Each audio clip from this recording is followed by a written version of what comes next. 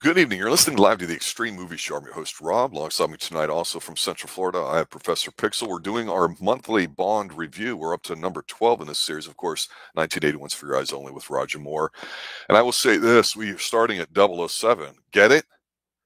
Yeah, that's the way to ring in the new year, 1123 here as we talk about this here. An 80s-based movie show where we cover a lot of different things and we branch off on some of the extreme type of movies, not necessarily all the popular, nice, good ones. But I have to tell you, speaking of extreme here, Professor Pixel, in our James Bond review up to number 12, like I said, we've covered many things. We've covered the template, we've covered the opening gamuts, the barrel rolls, the women, the this, the that, the whatever. And I got to tell you, the biggest Bond of all time up to this point, Moonraker, I'm glad for this movie, For Your Eyes Only, because I think, honestly, even though we still have two more to review, to me so far, it's the best of the Roger Moore movies. Not even close. It's one of the better Bonds overall that does not get talked about at all. And people go, yeah, the one with the Sheena Easton song. This has so much more. This was a back to basics type Bond where they really wanted to emphasize all that. And with Roger Moore getting a little bit older, they put him in a lot of spots to do what Roger does best: wink, nod, smile, be polite, charming, and yet serious and deadly at all times. This is a phenomenal movie. And on the back of Moonraker, which pissed a lot of people off, what a friggin' great way to still show that when you guys sit down and get rid of all the crap, you can put on a damn good movie in this. I think it's phenomenal. I think it's tremendous. And I'm interested in hearing your take after having seen it for the very first time recently. What's your initial vibe for it? Um, Uh-oh. well, Uh-oh. we're going to have an interesting conversation here. Um, Listen, Moonraker had a lot of flaws. I did not care for it, but there's something with For Your Eyes Only that did not want to touch my eyes. Um, just Wow. so I'm listen, shocked. listen. Shocked, I tell you. Let's go ahead and start with the opening gambit Give it to me. because we've had this before.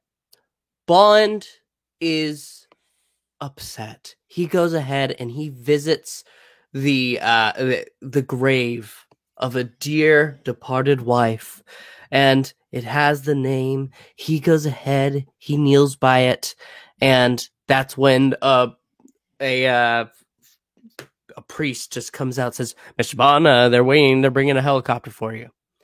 And he goes ahead to the helicopter, and quickly it is taken over by a a bald villain. We can't call him Blofeld here. We're not allowed to. But he has the accent and he has the Legal bald head reasons. And the and cat. the cat, and he's in the wheelchair, but they can't show his face either. And he takes over the helicopter. He swings it around. I'm milking this for all it's worth, Mr. Bond. And eventually Bond is able to take control of the helicopter, and he takes it down towards Blofeld, swoops him up, and drops him in this tube. And that's our beginning. It makes a total joke. You know what? No, it does worse than what they did for when Connery came back. It does it worse because it takes this touching moment and makes a total just joke of it. Really interesting. And Yes. here's the thing with it. At this point in the Bond films, we kind of know what we're going to get. With it's usually going to be a long, drawn out third act that taste, in my terms of taste, don't necessarily care for. And I agree with you. And I felt like they wanted to establish early on here that we're going to combine a lot of what we thought was really good in some of the other Bond movies and try to be a bit more mature is the word I like to use here, because Roger Moore's in his 50s at this point here. I thought it's great. I actually liked this opening scene. As a kid watching this, I will say this. I know some of the parts to it look a little dated. I'm watching it on a 4K print, and it's just friggin' phenomenal looking, and it doesn't look overly dated. And while I don't disagree with you, it serves no purpose whatsoever to have quote unquote Blofeld here in the opening scene. And I really honestly don't know why they did it. Because not really researching. I'm really talking to you about the film here. I will sit there and say that despite one or two quick little edits, um, this has everything I think that I like in a Bond film, and I argue is great. The fact that we see Teresa Bonner and it is serious, and he's like, "Oh, the company's coming to pick you up in its emergency." The timing that Roger Moore has with these kinds of things, again, starts you off. I think wonderful that it's going to be a serious film. He's like, He's like, yes, it usually is. Then here it comes the helicopter, and he walks off. And I like it when he gets in there. Again, we've talked about this on our Dark Shadows review, where we just got done doing episode 4, foreshadowing. What happens? He sits in there and he's buckling up there, and we see the shot of the priest giving him the sign of the cross. And he just gets this look on his face. And this is stuff that Roger Moore does so friggin' good. And it's not a knock on Connor or anybody. These are playing to his strengths. But I will tell you, it sounds like you're aggravated about something, and I'm going to want to ask you about it because, like you, I kind of felt, oh, this is silly. It's a helicopter thing. It's whatever. But in terms of stunts, watching somebody and the idea of climbing out the back of a helicopter and getting to the front while they have all these beautiful shots of this industrial area and all that, I loved it. And one of the best shots to me is you got Blofeld sitting there, right? He's got his motorized thing. We see the back of his head or whatever, and we see there's a sequence where the helicopter kind of comes in and does like this figure 8 all in one motion, comes back, and you watch the blades, you watch the person, the stunt man on the out of it or whatever. This thing is really, really close to a lot of it, and it just builds. I think this is an actual very good opening for Bond. It's a little silly and when you talk about it, but then so is turning Japanese, marrying somebody, becoming a ninja master, and assaulting a volcano. But we're several movies past that. So to me, this is actually coming down to reality, especially after Moonraker. I love this opening here too. And when he drops him down the hole, again, anybody watching this, and I'll point this to you, and I want you to kind of comment if any of what I said may change your mind or open something else. When he scoops him up in the wheelchair, and he's got him on the outside leg of the helicopter, and he drops him into the giant chimney stack there. You just watch the quote unquote dummy, the whole thing that comes off of it, however they filmed it, how close it comes to hitting that. I'm going, how many times do they have to film this to get this right? Because you've got another couple of filming situations going on, people flying around you to get these shots right. It's not just CGI or whatever. And I will tell you what, I will take this 10 times out of 10 over anything, even what might be like a seductive opening, that CGI stuff that like Daniel Craig is in Spectre, they do Day of the Dead or whichever film that is and all that. I will take something like this with real stunts for the most part anytime as we get into our opening song and all that. I think it's a great opening. No, not when it has nothing to do with the story. I don't disagree with you that has merit because we're used to that for the most part. So agreed. It's an interesting take here, but it sounds like this has set the tone for you to not like this movie. It's definitely one of the starting features, and it's not that all of this is bad. There are plenty of elements in it that are good. You're right. After the ridiculousness of Moonraker, they did have to come back to Earth. However, you have to, yeah. We're getting to a point where Bond has to try to go ahead and, we got to catch up. So for the soundtrack for this movie, just from the start, and I knew it was taking a turn, it is changing in all the wrong ways. You can hear like the chip tune things, and as we get to where okay, let's actually get into the tale where you see basically... Talk about the song though. Let's go in order a little bit. Okay, you want my opinion on the opening? I do. I did not. We have to talk about that with every movie. Yeah, that's important to me. I don't like it. What is it about it that you don't like? Look, you're not ragging on her, whatever. Yeah, I'm not ragging on her. She's fine. I don't think she should have been singing in the opening. It's not a concert or a music video. It's supposed to be the opening for Bond, which gives the figures of the girls that he's rescuing and cool shots of him. But when you have the actual singer going ahead and doing it on the screen, it's just, it takes me out of it.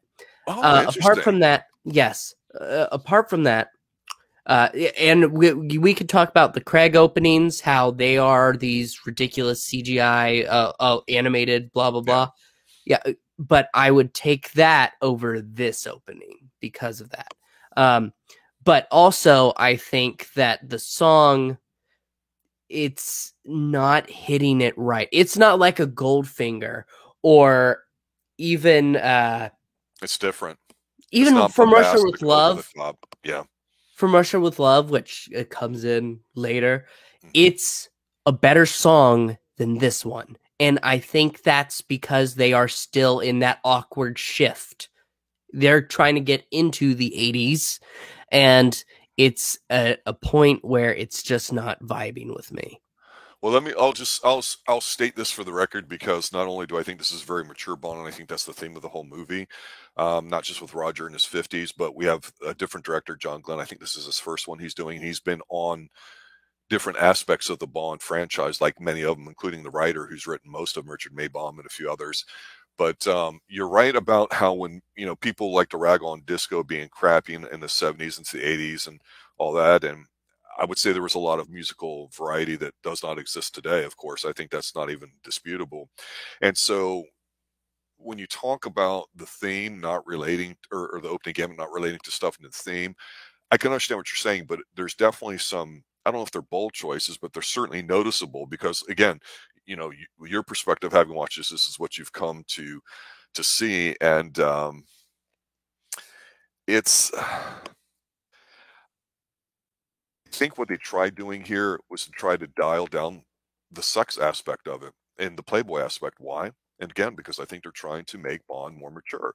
So if you think about the opening song of For Your Eyes Only, um, and I'll point this out with some other scenes that come up later, it's really almost, I hate to say it because it's going to sound hokey in a Playboy fantasy franchise like Bond, but they're almost going for almost the romantic mature man type of feeling and vibe in here. That's what I get with him. He's not going around slaying all the ass like Connery was doing or like he might have done in an earlier film. And I think her song For Your Eyes Only is supposed to be that way. And I agree with you that it's totally different. It's not the same. It's different. And the music, I'll throw this in there. The guy that did this one, Bill Conti, he's the guy that did Rocky. Because there's a few scenes in here later on that we'll talk about. You hear the gong, the dong, a couple times. I'm going, I've heard that in Rocky, and I'm like, yep, it's Bill Conti. So he puts in a little bit of some of what you would call the weird music, or the way I'm taking it, with the disco sort of scratchy guitar and stuff that we did not have before. So I'm not saying there's not an orchestra in this one, but it's definitely a different film score than what we're used to. So I don't disagree with you on any of that. I'll just say that. All right. Yeah, no, that's fair. So when we were talking about the actual beginning of Yep. this, of the movie, we get to go ahead and see, oh, look, it's a ship. Oh no, it has something important. Oh no, it's falling into the ocean. It's sinking. Okay, this is all very basic. I'm not faulting it for that. Actually, I like this. This Okay. part is the good part.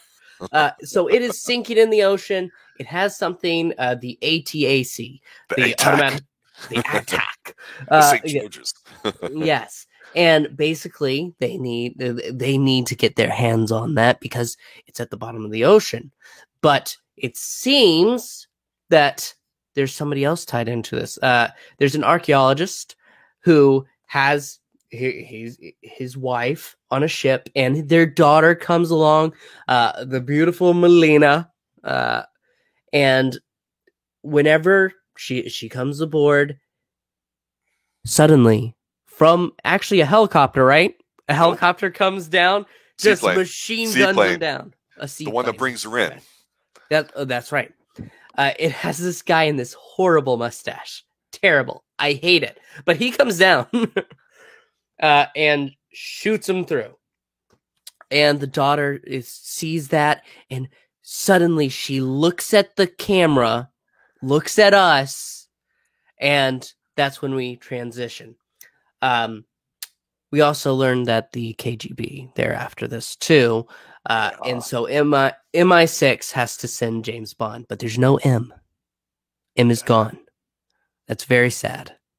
But I will say that means that Q gets to shine a little more. And I know that you can be annoyed at Q from time to time. That's not true at all. Q's, if you look at him, he's as tall as Bond, and he's a much older individual as an actor. And in the 80s, I will say this, people popped like crazy when the Q scenes would come on, and they definitely did in this film because we saw it in Moonraker a little bit, right? What I associate with Q that I don't care for is some of the goofiness and the over reliance on gadgets and silly stuff that just really takes me out of it. And being a Playboy fantasy is different than being an action adventure type of spy. But for me, what I like here is they're dealing with stuff having to deal with the Cold War. And they're talking about communisms in Russia. And that's a legitimate point that is a factor in this movie here that was still alive and pertained to growing up in the 80s. And the lack of M scene, as I'll call it, where they go in and they talk about how grave the situation is there. There's a great bit of lines in here, too, where they're like, the St. George, sir. And it's like, how deep is that water there? Not quite deep enough, I'm afraid. Little shit like that just makes me go, yeah, I'm vibing it, because it's simple. Instead of taking what was supposed to be like the space shuttle that hadn't even launched yet back in the 70s in Moonraker and getting it hijacked, we get the same damn thing here, right? But it's an old war thing and it's an accident. That's it. It's simple. Dial back the foolishness, and that's fine. And the other comment too, like for Ed and the older listeners here, will really pop when they see like an office scene and you have 4 or 5 different old school telephones in there, all of different colors, because they mean different things. You don't get that today, and those are always nice touches in Office. But yeah, the opening gambit with this guy chartering the seaplane. God, this is one thing Bond movies do so well, and if you only just go back to it, make the place that you're at its own character. Don't just give us a nice, beautiful shot. Everybody can CGI a shot, right? Make the place important to what you're doing. Not just the place, the location, but something having to do with the culture. And I'm going to talk about that a bit here, because I'm not going to lie to you. When I think of Grease, when I think of movies, and of course I don't mean, John Travolta. I think of this movie because it's so beautiful that they shot most of this on, I think it's Corfu, the island there near Albania. Here we get to see a person that was investigating, trying to find this ship for the English, and we see this seaplane guy. To your point, as soon as I saw him, I go, "Oh, he's ethnic and he's dark haired. He's automatically a bad guy." Because in the 70s and 80s, you were conditioned for that when you were watching films. And you're right, his mustache is simply annoying. However, I will give the film props, because he ups his ante. Instead of being just a sea level crap dude, he turns that seaplane around while mommy, daddy, and all that are seeing the gifts from the everything else in the beautiful Melina Havelock, which we'll talk about. He comes around and he just cuts him down. It's terrific. And he's got this maniacal look in his face. And I'm like, oh, I can buy it. But when you've got a model like this, obviously you're hiring her for her looks. And I don't know if she was 19 or 20 years old at the time this movie was filmed. She's absolutely a stunner in a very like classic European sort of beauty way, but not the French dainty sort of way. This is just a very vibrant, I kind of look to her. She sticks out to me as being one of the better Bond girls in this, because she's not a spy.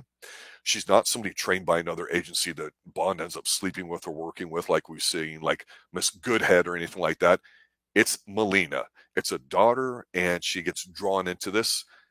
And I like that.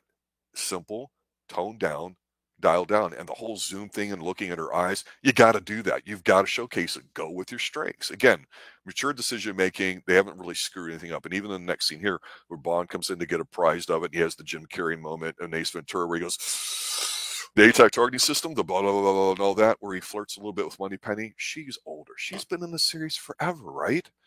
And they do this in a very adult kind of way. It's very nice. It's very comforting to see how it is and how it's shot and everything too. I like it. This is really, really good at some point.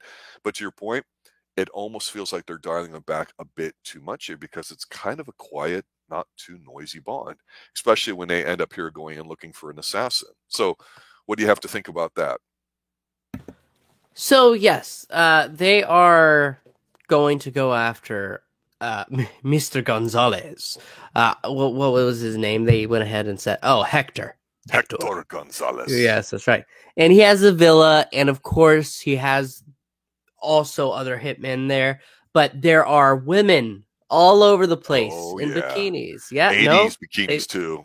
Yeah, so they're looking good. But lots of fresh. Bond is he's sneaking around, getting a look of it, when suddenly he hears a little rustling. And honestly, when I heard it, I was expecting the girl to end up just guiding herself into the mess. Yep. But no, instead, it's Bond getting captured. Pardon me. But Gonzalez comes out to deal with it, and then suddenly, what is it? That girl that you're talking about, Melina? She is killer with a crossbow. I love it. And yeah, so she goes ahead, kills him, and she and Bond are on the run, and Bond doesn't even really know her, but hey, she saved my life. Not really mean to, but uh, when they're running, they go to find the car that he came in, the the deluxe sports car that Q went ahead and gave him, and it's all set up with all the fancy stuff. Well, they tried to break the window, and so you can see That's as the Lotus, bro. that's right, the Lotus blows up. And so they have to take instead this little like bug, but not a bug. I don't know, cars, but it's this little yellow car, and they have to try to run away. And so you get a chase scene, um, and it's okay. It's I I like this whole thing because it's simple, and again, he's not going to play an action role kind of like how Connery would do.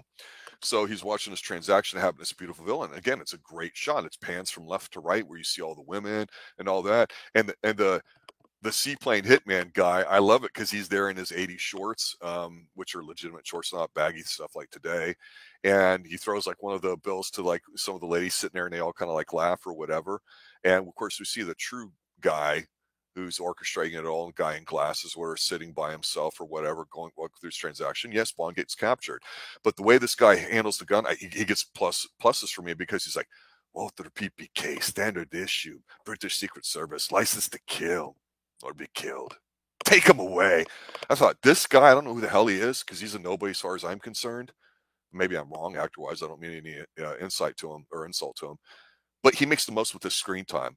And then, of course, as they're walking Bond away, they time it perfectly with him on the springboard diving or the diving board jumping in where he gets the crossbow in the back. And you've got Bond takes it as a moment to kind of escape, and he takes the giant pool umbrella and he jumps off the hill with it. That's cool shit, bro. And that's like I say, regular type of stunt work. Nothing too totally over the top. Unlike dropping somebody in the wheelchair down the chimney stack, I'll let that go. But it just shows the character, the background. You're drawn into it. You believe that somebody in his late 40s, early 50s, spy wise, that might be a little bit more plausible than any other stuff we see. What I like about the car ride is, again, I'm going to go to the stunts. You see a lot of quote unquote people that are like picking the pecans out of the tree or whatever it is. And there's several scenes where when the people are crashing or wrecking and they're driving left and right, going up down the mountainside here, where you see it looks like people are almost getting hit, and they have the obligatory, let me see whether or not the guy on the ladder gets hit or not, and some bad green screen stuff in the back, but just moved in. And I just like these little touches of like whatever village they're shot in because they're shot on locally, right? So the natural lighting, the people that they get as extras and all that, that's the taste that you almost don't see in a lot of movies anymore, or it looks too clean or inauthentic, as it were. But the just the driving down the little streets that are real, that are really small, and these older cities and stuff, it's enticing, and the music is timed perfectly where you get the da na na na na na na when he's hopping over something. And a lot of scenes, even the scene where the bad guy's car tips over and it sits there and we know it's going to get hit like a spinning top. The guy's got red eyes because he's upside down in it for so long or whatever. But I like this. It's better than some of the really horrible crap that you see like in Fast and Furious that you always try to top, and it's impossible to do. So again, dialing the decisions making down, but still giving what you want's perfect. And of course, Roger doing the nod of the bad guys as they're driving around, but then at the end of it all says, "Oh, by the way, Melina, we have been properly introduced. My name's Bond." James Bond. Like, that's so fucking good. They're really making Roger out to be his best. And when I say, I'm not saying that he's the best Bond of all time, but when you give whoever is playing Bond the right opportunities that fit them, design it around them. Because she goes through this big thing here when they go to leave at night. You know, hey, I'm like Electra. My heritage. I always get revenge on the people that killed me. Bond's not trying to sleep with her. She's not trying to bone him. She's just like, no, I'm going to take care of this, but I'll wait because you promised me something, and I'll see you in a few days. Because that takes us on to the next part here where we get the Q scene of the different things. And I love the stinging and the rain part and all that. But really, they use an excuse to show off computer stuff, putting it in movies because that was a big deal back in the 80s, starting to do this. They get a make on the guy that he saw there. And then, of course, he's going to be staying at the Miramonte. And you know what happens? right? When they're Cortina, it's a snow skiing place. You know what? We're gonna get skiing, and I can't wait to talk about it. But you take us on right here, sir. This is good spy stuff. So yes, they get to go ahead and they go and they're staying in this lavish place.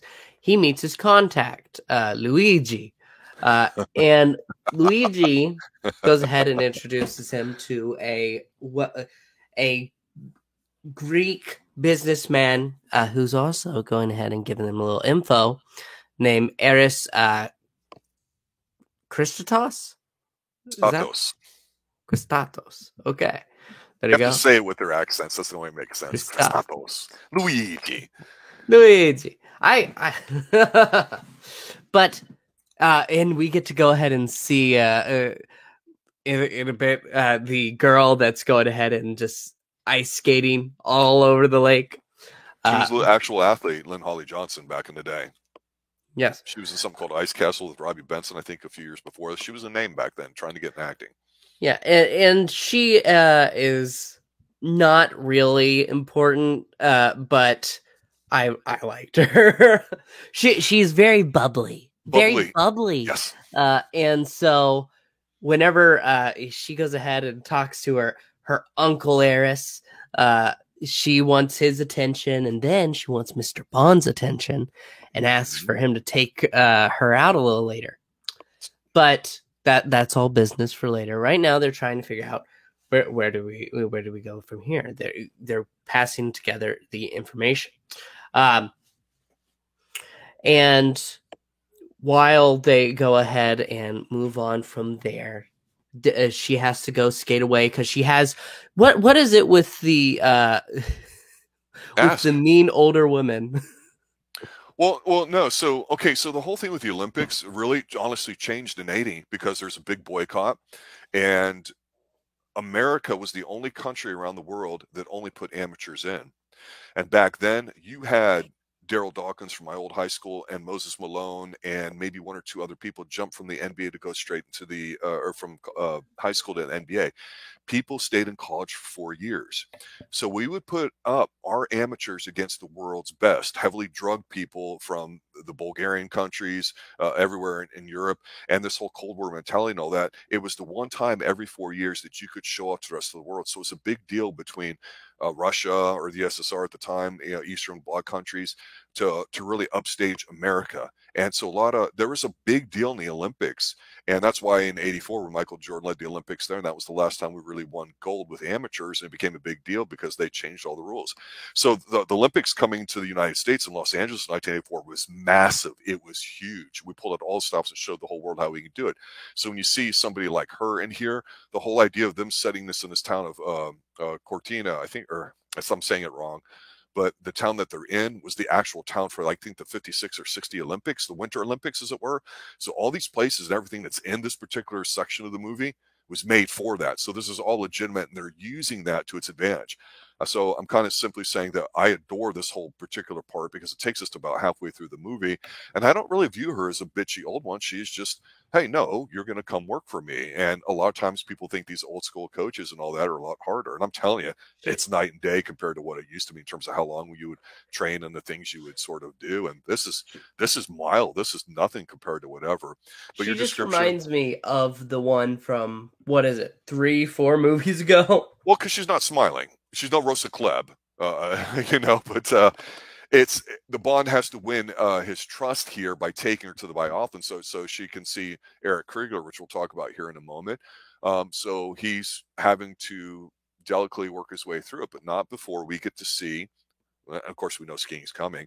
We get to see where he sees Melina in there, and he's like, "Why are you here?" And she's like, "Well, I got your telegram." He's like, "I didn't send a telegram," but of course, we get the shot of the guys on the motorcycles that have the spikes in it, and he handles them pretty well in a pretty quick scene. And they have a moment where they talk about things, and I like this whole spy stuff here too, where they talk about war stuff. Where he gets into his hotel room, and the 10 a.m. is written, and he only sees it with the steam on the mirror, the speaking languages, and the shot with him and Luigi meeting and exchanging the undercover words and all that stuff to vet each other.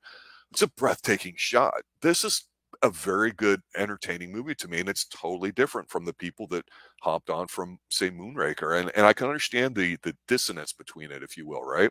But she's buying a crossbow too, which I thought was funny.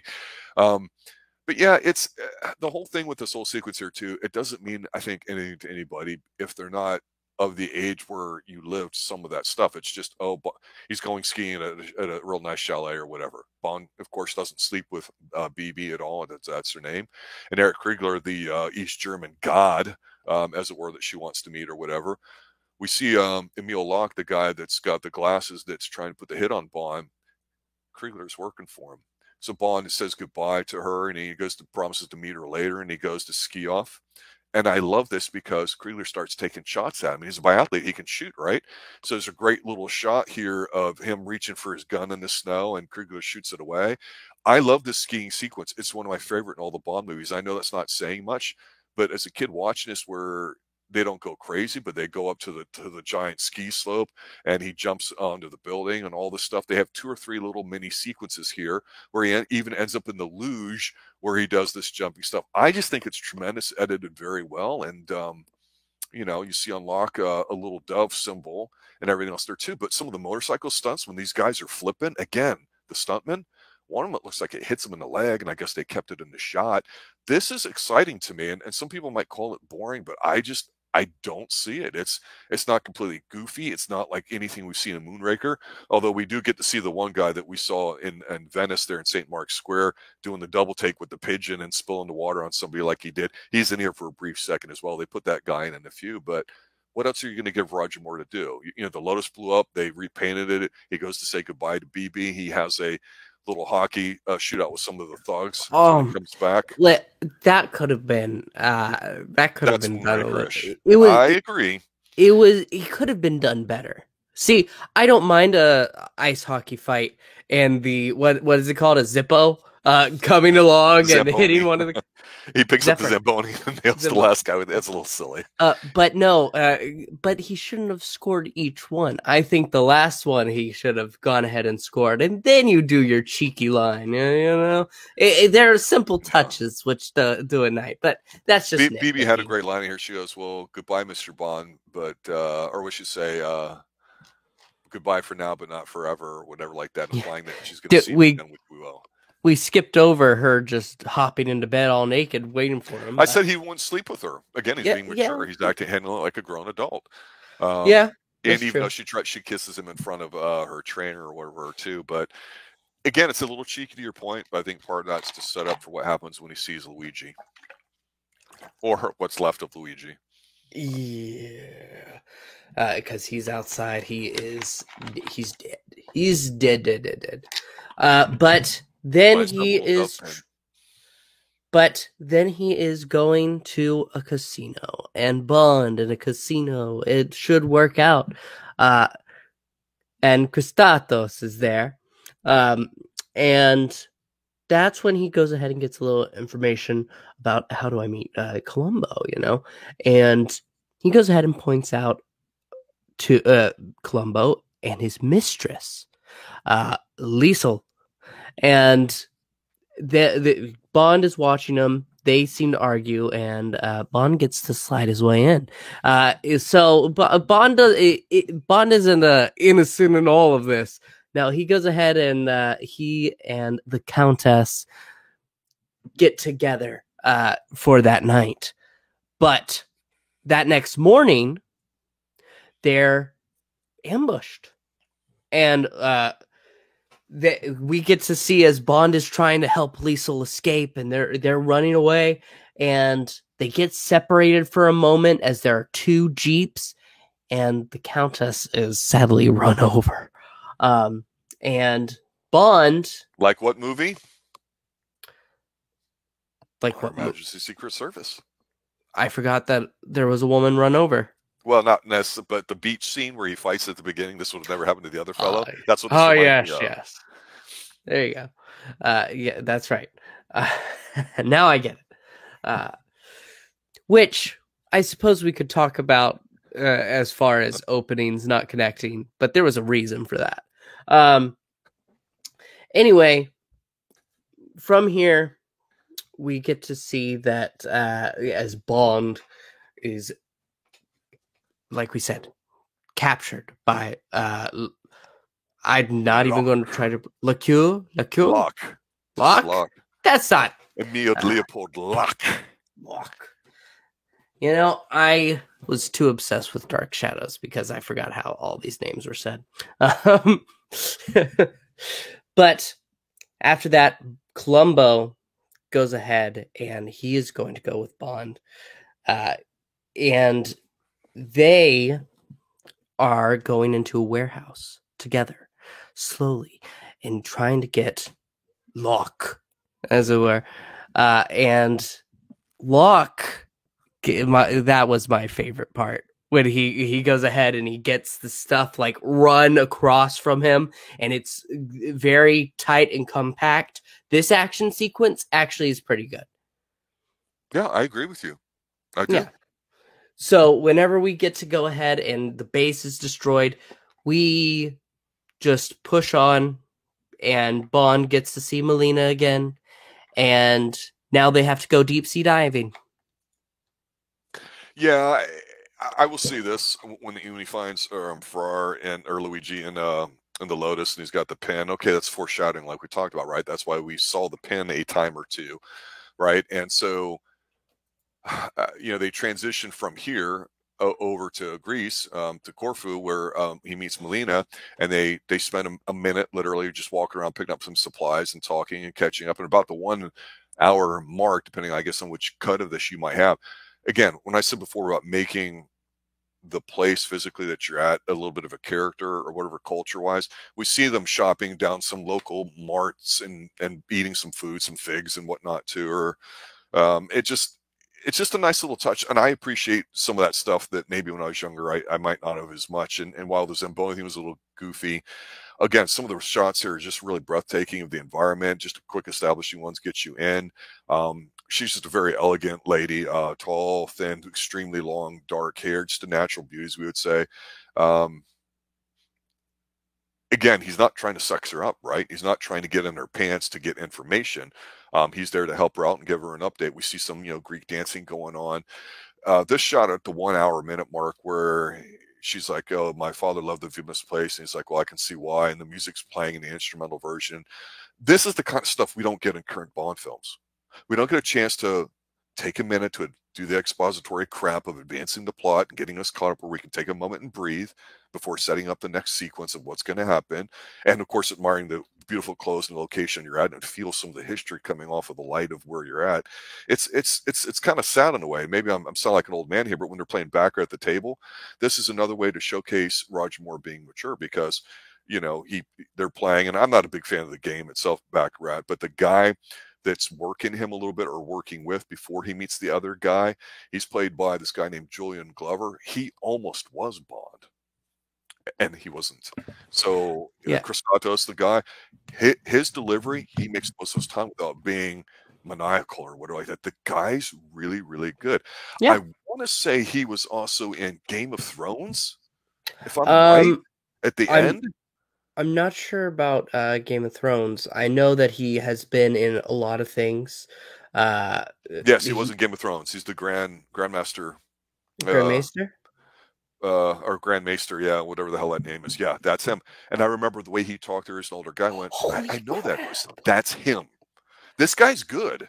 He's very good, and you would not know the way I look at him, because you don't go, "Oh, he's a leading man. He's probably a bad guy or a business guy." I don't know, but it works. And what really is going on here, and again, we're pretty much 2/3 of the way through the movie. Bond's being played by him, even though he's supporting BB and all that. And he seems to have on the outward appearances, a positive vibe. He's really not, because he's setting him up here. And while they're having dinner here at night, if you watch it carefully on the second go around, you see where the guy comes in and hands him his food. And I like this. I like seeing at night them dressed up. I like seeing the natural burning candle at the table with the salt and pepper. I like to see the guy come in and replace it with the recording device. Stupid little spice stuff like that's really important, but it's just the way the guy talks is just it's just great. And again, Bond's old and he's mature, so he knows he's walking into a trap. So he's not trying to be overly sexual with this quote unquote countess, which is really the mistress of the guy that we're going to be talking about here in a moment, who's also phenomenal as well.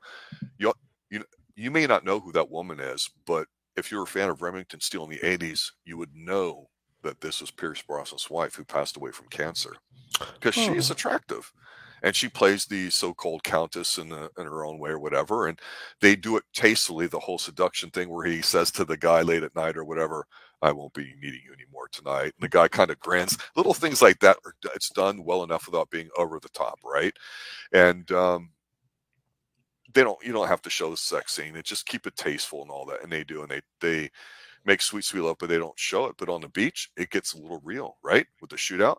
And I'll have to say this: there's different styles for shooting. I always kind of like Roger Moore's kind of stuffy way of holding his one hand. It's a little different, but it just sort of works. And he always dresses well too in his own way. And unfortunately, she does die. But I think without this next scene saying, "Hey, I'm going to prove to you that the guy that's working you is the bad dude. We're going to go to this heroin factory." It's simple. It makes sense. It's something that's referred to before. It's not a crazy action sequence other than, having to have an explosion, but the best shot, one of the best in a lot of Bond movies, is at the end when he's chasing the assassin, the I forget the dude's name already, the guy he's been looking for the whole movie. When he stands, and this is from from dusk to dawn, right at that transition point. Again, the lighting's phenomenal. He's there with this small crew. He sits there and they zoom in on him in the archway of that old fashioned road where he shoots the guy and he goes to a cliff edge. And you see it friend where he walks up to the cliff edge and he says, "You've left this with Luigi." I think he says Ferrari. Dumps him at him. The guy doesn't say a word.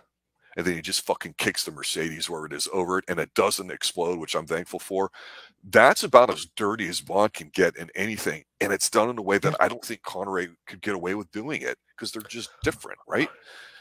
I just think it's a great scene. I think it's a phenomenal action scene. I really do. See, even with the ending here, because quickly, Kristatos, after they get the ATAC, he's great. No, the actor is great. I just didn't find myself entertained. Not near as much as I did even with Moonraker, as bad as it was. There was just something here. It made me miss a boat chase. I can't explain it. With them going ahead and getting that, and then them ultimately getting to my favorite stunt part that you were talking about throughout this whole thing. Them on the cliffside was great. Well, let's back up for a minute until we get to that, because this ending's a little bit different. I just want to say that, when they transition back and they get the ATAC system, they're showing us the submarine and all that, and how they get captured, and they go back to their boat or whatever, and they're going to kill them. I think, again, this is a great scene here, too, where they tie them up and all that, and they're going to just run them over the coral sharks. Is it overdone? Yes, but compared to Moonraker and other stuff, not that bad. And I love it because as a middle-aged man, she says something like that and he goes, "We're not dead yet." And I love the fact it sounds so simple when you think about it, but if you think, how would you get yourself out of this one? They hold their breath, they go back and forth, there's all this coral that's going to rip them and flay them alive, and the sharks will come get them, because sharks, right? And I love the fact that you just realize, wait a minute, coral shark. One point where the boat, because it turns around, he wraps the rope around it, so the boy, breaks, and the rope breaks, and they go back to where they had left some of their diving equipment and survive. And then they get cued off by the parent that we saw in the very first scene when they get gunned down as a family, that he's a talking guy and remembers certain keywords. So they find out this place that they think where he's going to be going for the deal to get done for the KGB, because that's who he really works for. He's a double agent. Kruger's just hired muscle. So we see where Bond meets Q in a monastery where they're talking about stuff. And so, you know what? Instead of this big, elaborate ending sequence, for the most part, we get something we don't get a lot of, and that's friggin' rock climbing. This is different, and I like this whole climbing sequence, but you wanted to talk about it. This is different for an ending for Bond. What was your whole take on it? Because I will say this, that's a real monastery, and that's a real thing. And again, like I said at the beginning, making the place where you got a character or part of the story always helps, I think, if you do it right. Up in there, where in the inside where they have that little crate that goes down the mountainside, Yeah. I don't know if you saw it, and I think it actually came out this last year. The King's Man. I did Uh, not see that. so that's a Kingsman prequel movie, and Right. it's a Kingsman movie, but that's what I can say towards it right now. But it has one of those things where, oh, here's the cliffside and here's the elevator basket thing that we have. But no, with Bond having to propel himself off the side, and there is a figure right up there that is trying to go ahead and just get Bond off of it. He has to swing along the way as these hooks are keeping him in. It's great. It's tense. It is. No, that's very tense. It's very great. And so yeah, I agree. These stunts, they are fantastic. And the the guy overall that falls all the way down when one of the first one Yeah. comes out, I think it is. Holy shit! when he falls down and you can hear James from Yeah. from the girl, and they go roll him over. No, not James. Or he takes a shoelace to figure out a way to kind of climb his way up as he's doing the second crimp iron or whatever. Yep. That's good shit. I'm telling you, I'm vibing on this. I'm like, I'm glad we're not having a laser beam shootout. I really am. It's very grounded. It's good stuff. Sorry. Yeah. I liked it a lot. I wasn't expecting when I first saw it. I'm like, rock climbing, what the hell's going on? You know, I never really saw it much in the movie, but thank you. Yeah. Thank you for your eyes only for this sequence. Yeah. And ultimately, Bond doesn't actually kill the main villain, Christatos. That is, he's killed by Columbo, and then Columbo dies, I'm pretty sure. But the ATAC, the ATAC, is collected at the end when Gogol, leader of the head of the KGB, arrives, and Bond is just done. He tosses it off the cliff side and it gets destroyed. And he's like, it's not with you, but it's not with me either. And that's that. And Bond and Melina, they're having their romantic boat scene. My gosh, so many romantic boat scenes. But yeah, I mean in Bond overall. But we get to see as MI6 calls and talks to the parrot that gave them the essential information earlier. And the Prime Minister at the time, Margaret Thatcher, goes ahead. Oh, Mr. Bond. Cassia. Oh, dear. Margaret Thatcher was so popular because of her, I think it was anti-communist stand, because in World War II, when you had Churchill and other people going off to fight the commies in the war, a lot of commies actually came into power in Britain in the parliament system, which it's a little different than how we do it over here in the United States. Obviously, ours is pretty unique, and that happened a lot in Europe. And so she was considered one of the last ladies that represented that old guard mentality of, you know, liberty and individuality, which a lot of younger people don't have the experience because they didn't grow up in that with the Cold War and everything too, and don't understand the breadth of it. And that's why I think they really wanted to put her in here, because this is the height of the Cold War in terms of in pop culture, with the United States really amping up their open defiance of communism and what was going on, especially with the USSR at the time over there. And that's the only reason why she did this. It's not a political rant so much as it's just why that is. And it's an 80s thing, like we've talked about before in other movies here on the Extreme Movie Show with it. It's definitely a thing that if you just understand what was going on at the time, it makes sense why it was in certain movies. And, you know, whether you agree with that or not, that's just the reality of it is, because you know what? That's pretty much the end of the movie. And I got to tell you, so Bond and Melina, seems like they have a row there at the end and all that. She wants a moonlight swim and all that. And they don't go too crazy about it. It's not, you know, walking around with a cassette. For your eyes only, James. I like it. It's tasteful. It's classy. It's not whatever.